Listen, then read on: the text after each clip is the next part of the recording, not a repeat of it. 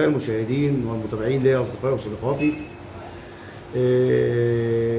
كل شيء تحت السماء بوقت. حصل النهارده ان الصحفي الاستاذ وحيد شنوده عمل حوار مع الدكتوره سالي نسيم استغرق ما بين ساعه لساعه وتلت. هو معانا دلوقتي عبر الفايبر. مساء الخير يا استاذ وحيد. مساء الخير يا زميلي، ازي حضرتك؟ ازاي حضرتك عامل ايه؟ الحمد لله نشكر ربنا كل شيء. احنا عايزين، الناس عايزه تعرف ايه مضمون الاتصال الهاتفي اللي تم بينك وبين الدكتوره سالي نسيم. اولا الزميل بس عشان اوضح حاجه في الاول بعد اذن حضرتك، اولا انا مش صحفي، انا شاب عادي جدا في المجال الهيلثي، فعشان كده انا اهتميت بالموضوع. تمام. اعتذر لحضرتك. اولا طبعا امبارح انت شفت كم الهائل من الناس اللي طالعه تفتي، اللي طلع يقول لك انا ليا علاقه مش عارف بمين، وقال لي هترك بعد الجمعه، وليا علاقه بمين. وانا كنت متداول الموضوع ده عندي على الصفحه، وقلت اول ما ايه واول امبارح يا ريت نقفل الموضوع على كده، هي ماشيه بمزاجها وتوصلنا على حد قبل كده من اهلها واكد لي المعلومه. اوكي، فهي بعد كده طلع واحد واثنين وثلاثه واربعه، الكل عمال يشكك الكلام ده كده، دي مخطوفه، دي مش رايحه بمزاجها. وانا كلمني مش عارف رئيس المخابرات، كلمني رئيس المخابرات ساب البلد وساب اللي بيحصل فيها، وكلم عم شكشك وقال له ده هترجع الجمعه. ومدير الامن ساب الامن البلد وساب الدنيا دي كلها وكلم عم شكشك قال له ده هترجع الخميس، وعمال يكتب الناس كلها. فطبعا عشان لازم الموضوع لازم يكون ليه قفله، لازم يكون ليه قفله بجد يعني، ولازم يكون من المصدر الشخصي نفسه اللي هي الدكتوره سالي. طبعا تواصلت مع حد من اللي كان بيتواصل معايا، قلت له انا عايز اتواصل مع الدكتوره سالي نفسها، فقالت لي خلاص وانا هكلمها وهخليها تتواصل معاك. وبالفعل بعتت لي الرقم بتاعها وكلمتها، فبدات برساله الاول على الواتساب: مساء الخير يا دكتور، زي ما نشرت بالظبط السكرين شوت بتاعها وكده. انا وحيد شنوده كنت عايز اتواصل مع حضرتك وليا 3 اسئله فقط لا غير، بدون الدخول في تفاصيل، بدون الضغط على حضرتك، بدون اي حاجه خالص. تمام. اول سؤال: حضرتك فعلا مخطوفه او حصل لك اي حاجه او اجبرت على دخول الاسلام؟ تاني سؤال: هو ايه علاقتك باهلك في الوقت الحالي؟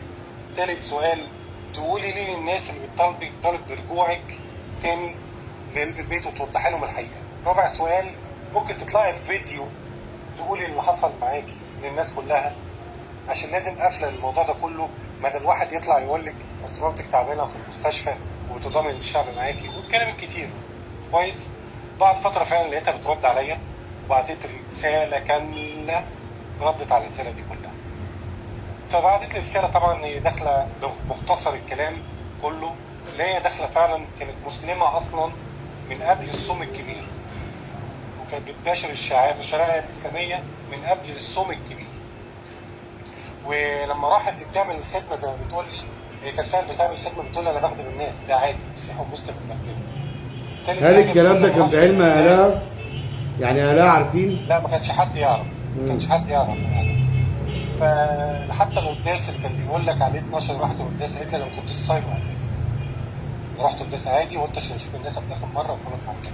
وكانت عايز تشهر الاسلام قبل كده من قبل الصوم الكبير على فكره، بس الناس اللي كانت هي بتوصل معاهم مش عارف ايه ورسولها والكلام ده كله قالوا لها لا خليكي بعدين.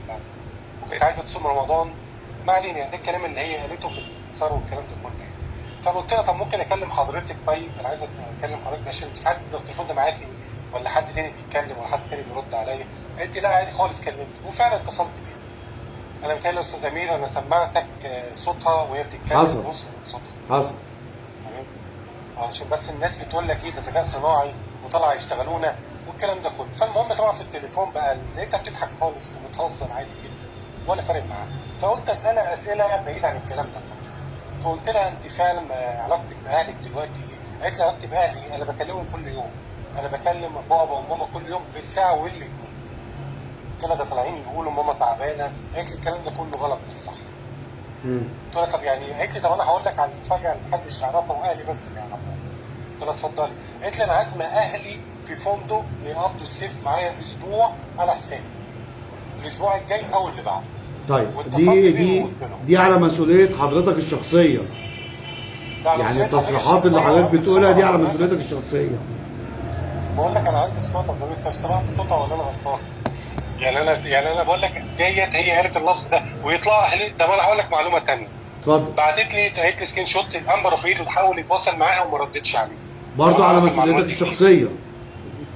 تمام كل ده.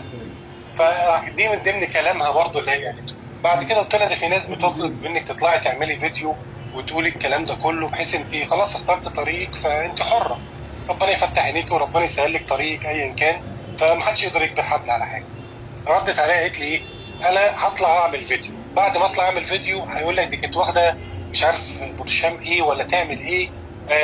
لا ده كان حد واقف وراها بسكينه، ده حد كان واقف عمل ايه. فالفيديو زي عدمه، الناس ماشيه في اتجاه واحد ومصممه عليه. خلاص خليكم ماشيين، انا مش فارق معايا الكلام ده كله ومش ببص له. ده اللي قالته. بقول لها حتى ما تواصلتيش مع، قالت لي لا انا مش متواصل مع اختي، انا كنت متواصل مع بابا وماما وما زلت لوقتنا هذا متواصل معاها. ده الكلام اللي قلت لها. اصل في واحد كان بيطلع بيتكلم بيقول على احدى القنوات ان هو اتواصل مش عارف مع مين وانت واللي حصل واللي كان. قالت لي طب انا هقول لك على حاجه محدش يعرفها برضه غير اهلي. لما رحت الامن الوطني عشان اقابل اهلي، اختي اول ما شافتني قالت لي باللفظ يا ريتك كنت متي ولا انتحرتي. قلت لها طب ما انت، قالت لي وانا رفضت اقعد معاها وقعدت مع بابا ساعتها. قلت لها طب يعني واحده بتطلع، قالت لي تطلع شحنه اول ما تشوفني كده بالمنظر ده تقول لي كلمتين. قلت لها بس والدك برضه طلع قال ان انت كنت عينيكي مزغلله قالت لي هقول لك على حاجه. الواحده في الموقف ده انا كان بقالي 48 ساعه ما نمتش، وفعلا من كتر الضغط العصبي اللي انا كنت فيه انا فعلا ما كنتش مركزه. والواحده اول ما شافتني قالت لي كان ربنا يا ريتك كان خدك او انتحرت وارتحنا منك. عايزني ابقى اكمل قاعده ازاي مع الناس دي؟ عايزني ابقى شعوري عامله ازاي والنصيبه عامله ازاي؟ قالت لي انا حاليا انا بشتغل في مستشفى خاص باخد مرتب شهري 7000 جنيه مش عايزه منهم حاجه. قلت لها اه صح، بيقولوا انتوا من عيله غنيه جدا جدا معاكم فلوس. قالت لي الكلام ده مش صح، انا من عيله متوسطه مبسوطه بس مش بالغنى الفاحش اللي عمالين يتكلموا فيه. تاني حاجه بقول لها طب ما انت برضه سحبت الفلوس. قالت لي على فكره ذهبي ما خدتوش من البيت، ذهب عندهم وفلوسهم. بص اللفظ اللي جاي، فلوسهم انا ما اخدهاش، انا فلوسهم ما تلزمنيش، انا فلوسهم حرام انا مش عايزاها. دي الكلمه دي اتقالت وعندي على فكره. تمام، فلوسهم حرام انا مش عايزاها. قلت لها طب يا دكتوره ممكن تقعدي مع، قالت لي انا مش عايزه اقعد مع حد، انا الاسبوع الجاي او اللي بعده اللي هم عايزين يجوا المصيف انا حاجزه لهم في فندق 5 نجوم يتفضلوا نقعدوا، واللي عايز بعد كده نقعد مع بعض فيديو ويطلع يصور فيديو ونضحك ونهزر عادي جدا. انا بقولها لك اهو وقلتها لهم. هم لو يطلعوا بقى يقول لك الكلام ده كله. قلت لها طب ما يا دكتوره ممكن يقولوا حد تاني بيتكلم. قالت لي كل الحالات هيفضلوا يقولوا، الاقباط في كل الحالات هيفضلوا يتكلموا ويقولوا ايا كان. انا ولا مضغوط عليا ولا الكلام ده، انا مقتنع باللي عملته. ودخلت طبعا في حاجات في الدين الاسلامي، ومع احترامنا للدين الاسلامي واحترام لكل الاديان، هي حره في تفكيرها، حره في ايمانها، حره في توجهاتها، ما حدش يضغط على حد في حاجه ولا حد هيجبر على حد على حاجه. واحده بتتكلم بالاسلوب ده وبتضحك مش مضغوطه من اي حاجه. يعني انت لما تتكلم مع حد وتلاقيه مثلا بيتهته يبقى حد بيلقنه. بص يا بتتكلم مع استاذ حد وحيد، بتلاقيه الدستور المصري عموما كفل لكل مواطن حريه الايمان والعقيده. يعني خلينا بس يا استاذ امير باحترامي لحضرتك، بس انت بتتكلم في حاله دلوقتي لو كل الناس بتتكلم بالدستور والقانون هيبقى الوضع مختلف. لكن لا، انت بتتكلم دلوقتي في حاله من العاطفه، واحد طلع قال لك كذا والناس كلها هاجت والناس كلها عملت والناس كلها سوت ولازم ترجع والكلام ده كله، فكان لازم يبقى في قفله في الموضوع ده. فالموضوع كانت قفلته بالمنظر ده النهارده. انا بقول لك انا اتواصلت معاه قالت 1 2 3. طب انا عايز اسال حضرتك سؤال. اتفضل. ممكن؟ اتفضل. جرى العرف والعادة إن أي إنسان بيعتنق الديانة الإسلامية بيطلع بفيديو. اشمعنى الدكتورة سالي نسيم ما صورتش الفيديو المعتاد؟ طب ما أنا جاوبت عليك يا أستاذ أمير، هقول لك تاني. أنا قلت لها باللفظ اطلعي اعملي فيديو، قالت لي هقول لك على حاجة، هقول لك نفس الإجابة بتاعت من شوية. قالت لي أنا طلعت عملت فيديو. عارفة بعد ما أطلع أعمل فيديو هيقول لك لا دي كانت واخدة برشام مش عارف إيه، لو حد واقف وراها بسكينة بيهددها، واحد مش عارف بيعمل إيه، واحد بيسوي إيه. في نقطة تانية نسيت أقولها. طب ما دلوقتي الناس بتقول إن هي مخدرة ومغيبة. هقول لك معلومة كمان تاني، بس هقول لك المعلومة. أختها طلعت قالت إن في تليفون جالها قبل ما تتخرج بيوم وهي بتقول أنا متهددة بيكم ومتهددة بإخواتي والكلام ده كله. وطلعت على القناه القبطيه وقالت الكلام ده كله صح؟ بالتالي قالت انت مفيش مكالمه زي دي حصلت نهائي، ولا كلمت اختي وقلت لها الكلام ده كله، ولا في الكلام ده كله. حضرتك بتقول عايزين فيديو، انا بقول لك دلوقتي هي اتصلت بباباها ومامتها وعازماهم يوم الاسبوع الجاي او اللي بعده، وحجزت لهم الفندق اللي هيجوا يقعدوا معاها اسبوع. طب هو ده مش كفيل انت قاعد معاها اسبوع هتشوف الدنيا كلها حواليها، ولا انا غلطان؟ مش كفيل قاعد معاها اسبوع هتشوف ده حد مهددها ولا راح غصب عنها؟ واحده قاعده على البحر بقالها اسبوع وهي اصلا عايشه على البحر، فانت بتتكلم ازاي؟ انت عايز تقول لي واحده مخطوفه والكلام ده كله بقالها المده الكبيره دي كلها والامن مثلا ساكت؟ يا استاذ امير من فضلك يا ريت نحكم العقل قبل ما نحكم العاطفه. الناس هتطلع تهاجم تقول لك لا زي لا، يعني في واحد انا مثلا كده بقول المكالمه كامله عندي، مكالمه انا سمعت صوتها ولا لا؟ يعني انا قبل ما سمعت اطلع معاك صوتها، قلت انت لك أنا سمعت سمعتني صوتها. صوتها. اه اه. فدلوقتي طلع واحد يقول لك اصل لا، ما ممكن يقول لك المكالمه دي مش هي. ازاي مش هي وكان ليها مكالمه قبل كده مع احد الاشخاص وهي بتتكلم معاها وبتقول لها انا داخله برضه على الامتنان؟ ما يعني صوتها كان موجود قبل كده، ولا انا غلطان؟ والمكالمه موجوده برضه مع الشخصيه الموجوده حاليا. فانا لما تمام. تواصلت معاها بالمنظر ده النهارده، هي كانت يا استاذ امير الشخصيه اللي انا كنت بكلمها النهارده واحده مبسوطه جدا ولا فارق معاها حاجه، بتقول لي انا شغاله في مستشفى خاصه بتاخد 7000 في الشهر، انا معتمد على نفسي مش عايزه حاجه من حد ولا الهوا. اول ما قلت قالت الو السلام عليكم. يعني يا استاذ امير يعني حد متعمق في الايمان، او واحده بتقول لك انا طول الصوم الكبير اصلا وانا كنت في الدين الاسلامي. يعني ده هي بتقول لك كده طول ما انا في الصوم الكبير كنت انا في الدين الاسلامي. اوكي رحت الكنيسه واتناولت ازاي؟ قالت لك لا انا كنت على فكره واكله وفتره وانا رايحه، بس كان كانت اخر يوم ايه؟ ليا فقلت اروح كده وامشي. انا كنت فتره واكله قبل ما اروح الكنيسه، يعني كانت ما كانتش صايمه يعني. يعني هل فعلا تناولت كانت من الاسرار المقدسه ولا لا؟ وهي وهي فتره قالت لي قالت لي وانا فتره. امم قالت لي انا خدت ايه يعني؟ مش معترفه ان دي اصلا مقدسه اساسا. قالت لي قلت لها والخدمه اللي رحتيها؟ قالت لي الخدمه دي انا بخدم مسيحي ومسلم ومستعد انزل الخدمه كمان من دلوقتي تاني، انا مش فارق معايا. طب انا بص يا بخدم استاذنا، ما انا في مستشفى، ما في انت ايه مستشفى اللي بتعمل عرفك وخلاك متاكد ان هي دي الدكتوره سهيل اللي انت بتكلمها؟ بسم الله والابن. استاذ امير انت مركز معايا؟ انت بتقول السؤال انا ولا إيه؟ مركز معاك بامانه، بس دي يا استاذ الاسئله امير اللي انا الناس لقيتك من ممكن شويه، تسالها. ما انا جاوبت عليها قبل الناس ما تسالها يا استاذ امير. يا استاذ امير بعد اذن حضرتك طب ركز انت معايا عشان متاكد من ايه؟ انت متاكد قوي كده ان دي كان سهيل ليها ازاي؟ مكالمه تانية، مش كان ليها مكالمه تانية منشوره على احد الاشخاص من 10 طب ايام ما يمكن ولا من يكون 7 مثلا ايام؟ حاجه زي الذكاء الاصطناعي انت من اللي الناس دي بيرد طيب؟ عليك مثلا. ينط عليا فين يا استاذ امير؟ انت بتتكلم ازاي يا استاذ امير؟ انت بتكلم واحده في التليفون بتكلمها حضرتك الاول شبع كده في نفس اللحظه نقلت على الاتصال التليفوني، لحقت حضرت الذكاء الاصطناعي وركبت الصوت ازاي على الصوره وركبت ده ازاي. انت عارف الذكاء الاصطناعي ده اول ما تخش عليه هي بتحصل. في ايه يا استاذ امير؟ تمام. بتحصل ايه؟ لا استاذ امير، استاذ امير بعد اذن حضرتك انت ما بتكلمش واحد يعني واحد دماغه دي فاضيه ولا فيش. لا حضرتك الذكاء الاصطناعي ده عشان تصنع حاجه ما تصنعهاش في ثانيه. لا حضرتك الذكاء الاصطناعي بتعمل ازاي؟ انت بتجيب صوت واحد وتركبه على شخصيه واحد، بعد كده تعمل له فوتوشوب لصورته هو ازاي عامله ازاي، وبعد كده تعمل تحريك للصوره والصوت مع الشفاء. يا استاذ امير ده موضوع كبير مش صغير. انت عشان تعمل صوره مثلا فوتوشوب بتقعد فيها من ساعه ساعتين وثلاثه. تمام. ازاي اللي هتقول لي الذكاء الصناعي وساعه؟ وبعدين ثواني بعد اذن حضرتك، هو الذكاء الصناعي وبرامج الذكاء الاصطناعي دي اقل برنامج حضرتك عندك بالذكاء الصناعي بفلوس. طب اسال مين حضرتك بقى سؤال اللي تاني؟ هيجيب؟ اتفضل. باي منطق وباي عقل ان 7000 جنيه في الشهر هيسكنوا مثلا امير نصيف على البحر؟ لا انت كده 7000 جنيه دول بيتصرفوا في بقى 3 4 ايام. يا مش استاذ امير مبلغ. انت اتكلمت بقى في جهه ثانيه. انت بتتكلم في منطق تاني خالص. حد بقى بيساعدها وانا واثق في كده اكيد حد بيساعدها. يا استاذ امير ده غيرت ورقه كله في 24 ساعه. هي الناس يعني بس كده عايزه الكلام ده تتاكد كله. ان حضرتك كلمتها. استاذ امير بعد اذن حضرتك اتفضل يا فندم. انا كتبت، انت كلمتني بعدين انا كتبته، فانا اللي عايز يصدق يصدق. انا مش مطالب اخلي الناس تصدق بالعافيه. انا اللي انا عملته واللي انا عملته كتبته، واللي انا وصلت معاك كنت وعندي المكالمه وسمعتك صوتها.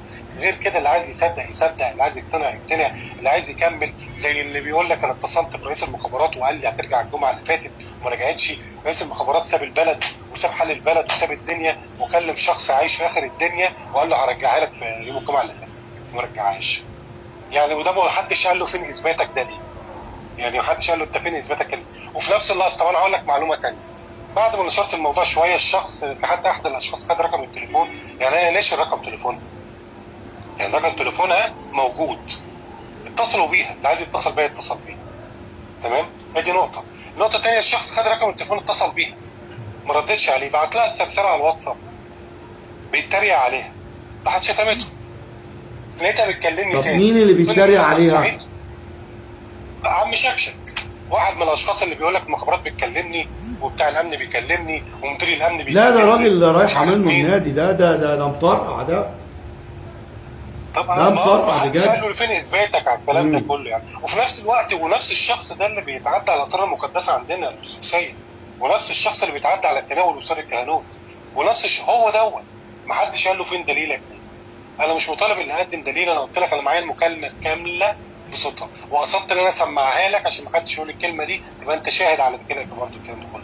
لكن انا يعني ما عنديش ان انا افضل اقول لك كذا واروح اكلم الناس. لا، كلامي انا صح صدقوني ولا هيفرق معايا. اللي عايز يصدق يصدق. طيب انا عشان الساده المشاهدين اللي معايا اللي بيتكلم عبر الفايبر الاستاذ وحيد شنوده، وعمل مكالمه النهارده مع الدكتوره سالي نسيم زي ما قال هو، والكلام كل الكلام اللي اتقال على مسؤوليته هو. تمام كده يا استاذ وحيد؟ تمام يا استاذ عماد. طيب دلوقتي الناس بتقول لك برضه، يعني الناس برضه في جزئيه انا شخصيا ما عنديش مشكله.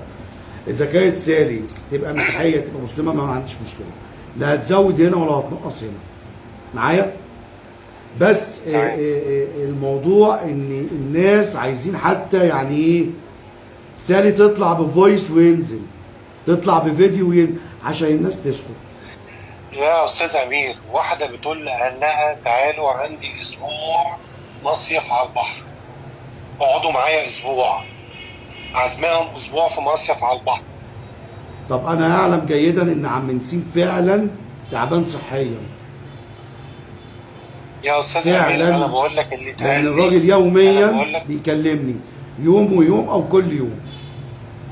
استاذ امير الله يخليك، يعني انت ما تدخلنيش في مشاكل مع الناس ديت اصلا. ماشي. عشان الناس هم اللي عاملين مشاكل معاها. انا بقول لك اللي حصل معايا بالظبط معايا. انا مش مطالب اقول لك كذا، انا بقول لك هي كلمت اهلها وقالت لهم، هي ما بتكلمش اختها اصلا خالص، بتكلم باباها بتساعكوا يوميا حسب كلامها بصوتها. تمام. وعازمه اهلها اسبوع، الاسبوع الجاي او اللي بعده تعالوا اقعدوا على البحر معايا لمده اسبوع. يعني هي بتقول لها تعالوا اقعدوا معايا. تمام. وباباها على فكره موافق عشان ما انت فاهم. وفي نقطه ثانيه، الغاء التوكيلات. تم الغاء التوكيلات بتاعتك انت وبتاعت استاذ نجيب بناء على تعليمات سالي نفسها بصوتها، هي اللي قالت الكلام ده. اتصل بباباها تروح تلغي التوكيلات دي كلها بكره. قال لها حاضر. تمام. ده سالي نفسها اللي قالت الكلام ده. مفيش اي مشاكل. بس طيب برضو انا عايز اقول حاجه للناس. معانا الاستاذ وحيد شنوده اللي بيتكلم. في اي اضافه ثانيه يا استاذ وحيد؟ لا مفيش يا استاذ امير. استاذ امير الله يخليك، بس عشان النبره بس اللي كل شويه الواحد يقول لك ايه اصل ده فين الذكاء الاصطناعي ومش عارف ايه كذا. هو اللي بيقول لك ذكاء اصطناعي انت تعرف يعني الذكاء الاصطناعي؟ انا ضعيف على فكره في التكنولوجيا والكلام ده. لا انا بتكلم اللي بيسال، انا مش بتكلم عليك، انا بتكلم على اللي بيقول. يعني تعرف يعني الذكاء الاصطناعي؟ يعني اللي بيسالك كده يقول لك اصل ده الذكاء الاصطناعي اصل ده مش عارف صوتها بيذاكر، انت تعرف يعني الحاجات. اصل في ناس قالوا ان ممكن يكون سالي ماتت مثلا. لا سالي ما ماتتش، يعلم الله ما ماتت، دي بتضحك وبتهزر. ايه اللي عرفنا؟ يا استاذ انت بتتكلم احنا عرفنا منين؟ لا دي عارفها منين؟ عايشه ميته عرفنا منين؟ ما عرفناش. احنا بنتكلم بشكل موضوعي. بص يا استاذ امير، يا استاذ امير بس انت معظم اللي عندك اصلا شفت التعليقات بتاعت البوست. مش انت عندك محامي مثلا داخل يقول لك لا ترجع ومش عارف كذا، تخش على صفحه المحامي ده مثلا مش كاتب بوست عليها وحاطط صور مثلا رقصات وصور مش عارف مين. ده احد اللي معلقين. اصل في جزئيه يا استاذ وحيد برضه غريبه. بقى اسمع بس كلامي اللي ده في بوست نازل انتج دكتوره واجري. يا استاذ انت فاهم المعنى؟ يعني ايه انتج دكتوره؟ انت داخل خناقه مثلا. لا مش داخل خناقه، بس انت عارف المعنى. المعنى اللفظ نفسه معناه ايه؟ والله انا اللي غلطان يا استاذ امير. يا استاذ امير، استاذ امير، انا ما بنزلش لمستوى الناس اللي بتقول لك الكلام اللي انت بتقوله ده. وما بنزلش لمستوى الناس واحد يغلط وجاي لازم اطلع ارد عليه والكلام ده كله. لا انا مش طبعي حضرتك، انا مش ايش الكلام ده كله. انا بتكلم في انت نقطه راجل موضوعي واحنا بناخد كلامك على الثقه طالما كلامك على مسؤوليتك الشخصيه. انا بتكلم في نقطه واحده. انا عملت 1 2 3، طلعت اللي انا عملته بنفسي وسمعته بوداني وشفته بعينيا، تمام؟ وبقول لك حصل 1 2 3. اللي عايز يصدق، وانت اللي طلبت مني تعالى اطلع معايا، انا ولا كنت عايز اطلع ولا اتكلم ولا فارق معايا الكلام ده. لا بس في حقيقه الناس ما ينفعش. يعني مثلا انت بتقول لي انا جزمت لي ان انت اتكلمت مع الدكتوره سالي، وانا واحد من الناس سمعتك بودانك صوت، انا ما عرفتش صوت الدكتوره سالي ايه، بس انا سمعت ان في حوار مع واحده. اسمع بقى صوت الدكتوره سالي مع الشخصيه اللي كانت نزلت المكالمه بتاعتها الاولانيه، عشان هي قالت ما تعرفش اللي هي كانت عامله المكالمه معاها كذا تنزلها. لكن انا اللي انا مثلا عندي المكالمه بتاعتها وعندي الكلام ده كله، انا نزلت كلامها وقلت عندي المكالمه اثبات، اللي انا مقتنع بالكلام اللي نزلته وعندي اثبات عنه. تمام؟ زي برضه ما هي فلان ده برضه بعت لها على الواتساب قالت لي اتفضل قول لفلان ده كذا كذا. قلت لها طب بس بعد كده الموضوع بالخير اتقفل، ولا تقول لي فلان قال ولا فلان عاد ولا فلان عمل حاجه. بس اللي انا طالبه منك لما ينزلوا اهلك معاكي ويجوا لك تروح البحر هتنزلي فيديو. قالت لي انا هنزل فيديو معاهم وهتكلم وهقول الكلام ده كله وهم معايا. طيب لكن اطلع بفيديو دلوقتي هيقول لك لا دي متخدره، جه واحد واقف وراها بسكينه ومش هسلم من الكلام. انا عايز اقفل الموضوع ده. هي نفسها بتقول لك باللفظ هي اللي عايز اقفل الموضوع ده. تمام. ولا عايز حد يتكلم عليا ولا حد يتكلم عليا ولا انا اتكلم على حد، ويا ريت الناس كلها تقفل الموضوع ده خالص، محدش ليه دعوه بيا. وقالت كلمه بسيطه جدا في اخر المكالمه، انا مفيش حد يقول لي اعمل ايه وما اعملش ايه. انا مش صغيره، انا دكتوره. طب انا عايز اسال حضرتك سؤال، هل الدكتوره سالي ليها فيس؟ ليها مالهاش اكونت؟ طب معمول اكونت على الفيسبوك باسم سالم سين؟ مش بتاعها مش بتاعها. طب اشمعنى الاكونت مش بتاعها والصوت بتاعها؟ اكونت ايه اللي بتاعها؟ يعني انا بتناقش مع حضرتك. طبعا انت شخصيه موقره واخ وصديق، بس دي حقيقه لازم نقدمها للناس. انا شخصيا دماغي مش مستوعبه ان سالي تعمل كده. ما تزعلش مني بقى، دماغي مش مستوعبه الكلام ده. يا امير يا حبيبي امير انت دماغك تستوعبها، ما تستوعبش دماغك انت وتحر فيها. تمام. ما تقوليش انا الكلام ده كله. عايز توجه رساله وجه لها هي.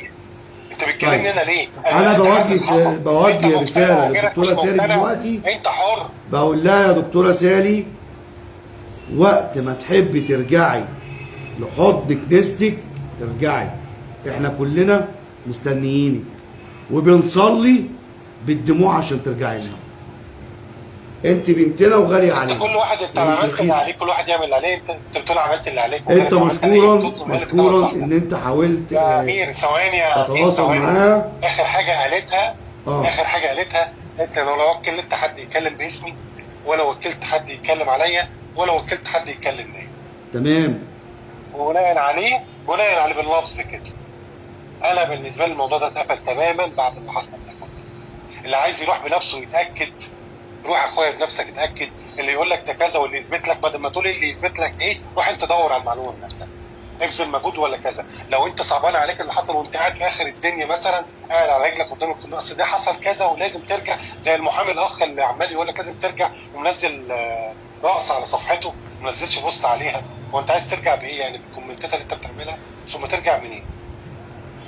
برضه مع احترامنا للاستاذ المحامي اللي حضرتك بتتكلم عليه، ده كلام على مسؤوليتك انت الشخصيه يا استاذ وحيد. حاجه تاني يا سمير؟ اتفضل يا فندم. تمام يا فندم. اشكرك يا استاذ وحيد. كان معانا في كان معانا في اللايف الاستاذ وحيد شنوده بيحكي عن ان في مكالمه تمت بينه وبين الدكتوره سالي ساعه و20 دقيقه النهارده.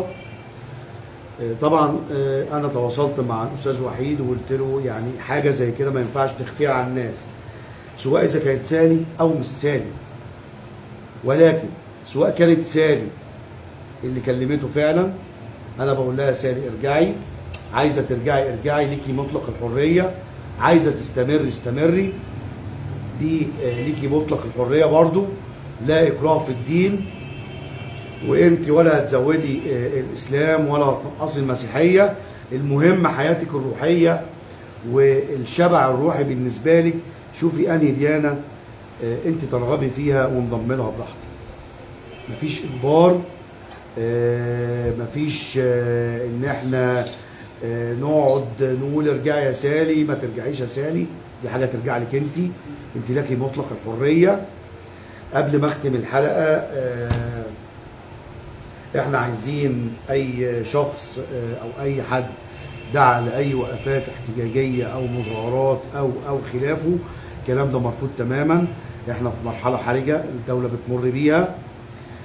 كمان عم شكشك اللي طلع يتكلم بيقول رئيس المخابرات ومش عارف ايه امن الدوله بيكلمه، الكلام ده عاري تماما من الصحه.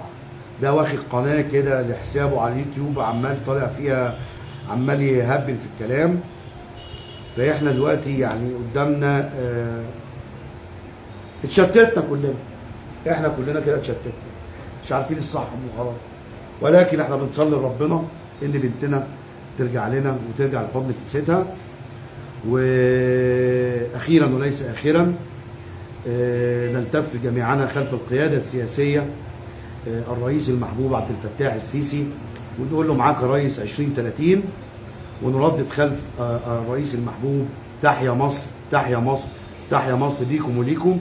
وانا بعتذر ان مش هاخد تعليقات عشان الحلقه طولت. اراكم في فيديو قريب ان شاء الله. سلام.